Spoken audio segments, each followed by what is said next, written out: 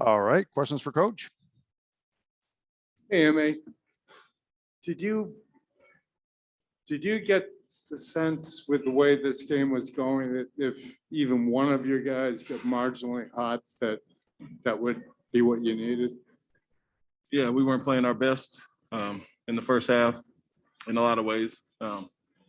Sometimes that's all it takes. One guy to get back to his average game, but across the board, just too many turnovers, too many offensive rebounds, second chance points, things that we've emphasized. And with that being said, they had 47 points at the half.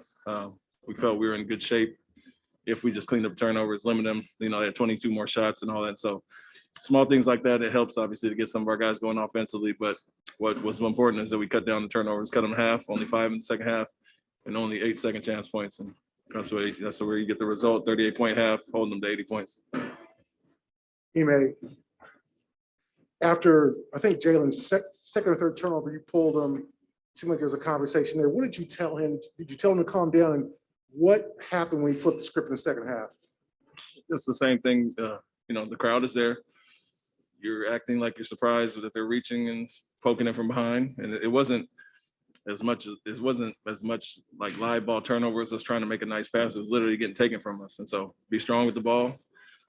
It's 5 games in now. We're having way too many of these type of turnovers, not being strong with the ball in the crowd. He understood that.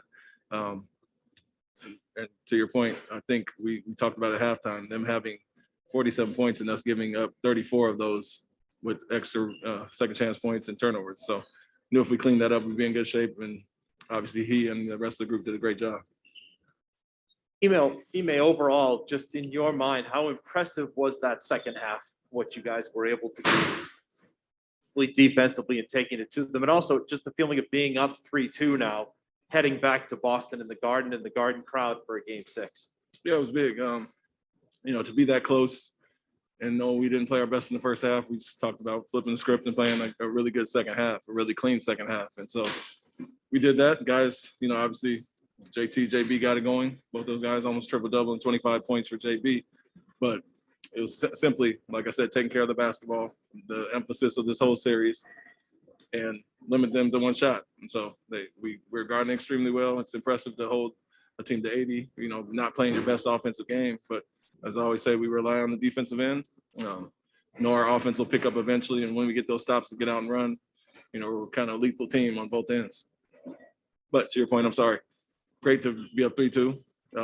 Obviously going back home, you don't want to be down to elimination game, and to have it on our home court is an advantage, but they beat us there already. So we have to come out with the same urgency after these last 2 wins, trying to put it away.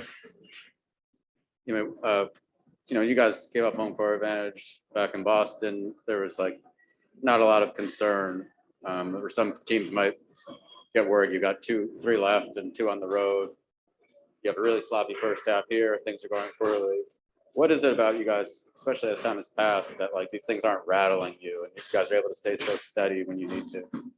Yeah, I would say our defense, we stay steady there. We kept our composure tonight as opposed to some other games where we weren't playing our best game and kind of, fell off a cliff in those 2 quarters. And tonight we kept our composure. We still relied on our defense, stayed solid there, and knew if we got our offensive game going, literally taking care of the ball and getting shots up, we'd be in good shape. And so to hold them to that number in the first half when we weren't playing our best offensively, it's like we always say, we rely on our defense. That travels well with us.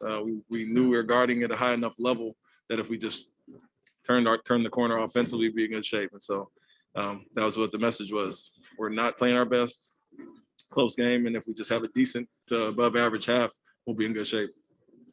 Marcus Smart picked up his 4th foul early in the 3rd quarter. Looked like he was waving you guys off to try to stay in the game. What's the communication like there? And in that moment, how much was the importance of that 3rd quarter stretch a factor in your decision to keep him on the court?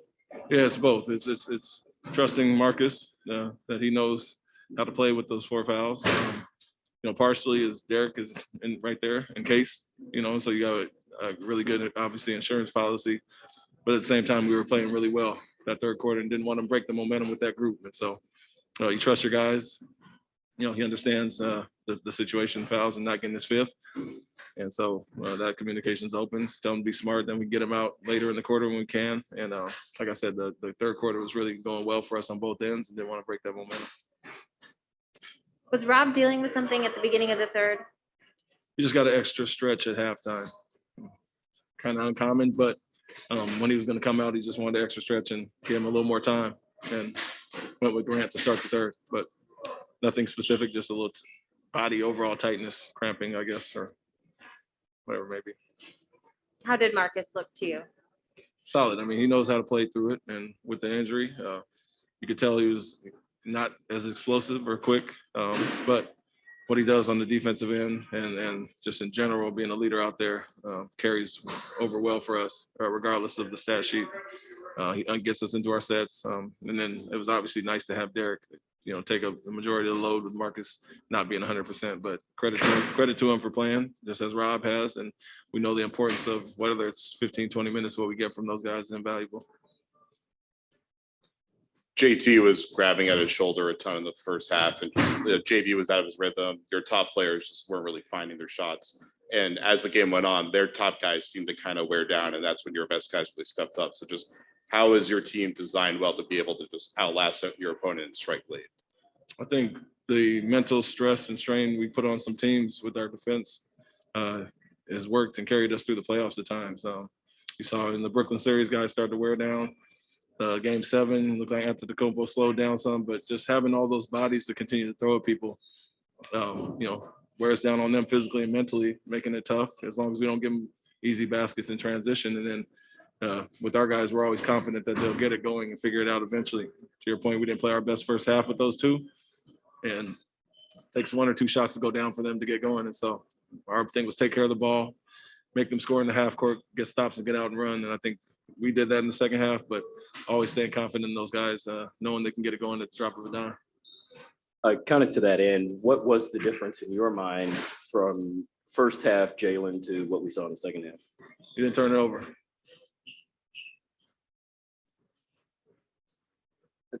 Before game 4, Derek talked about wanting to be more aggressive, and he was going to make a point of being more aggressive. How has that aggressiveness really played out in terms of benefiting you guys over these past couple of games?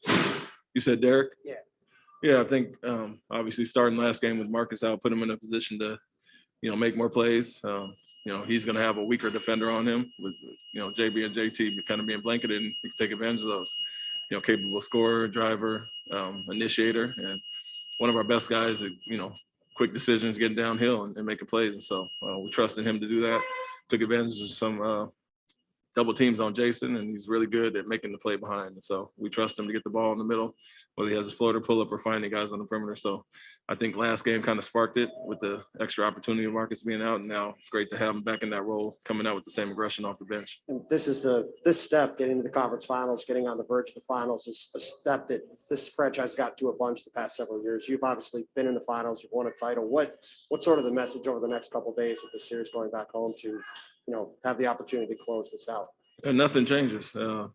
We had to come out with the right mentality after a win, and we did that. We want to do the same and close it out at home and know the urgency of not coming back here. And so for our guys, it's just one more step and continue to grind it out. And, like I said, we wear teams out defensively and make it extra hard on them mentally and physically. And if we do that, we put ourselves in good shape and just not give up those 39-point quarters or the turnovers that give teams hope in life. And so we know what we're all about. And for us, I don't think anybody's looking at getting to the finals. We still know what the deal is and what the task at hand is.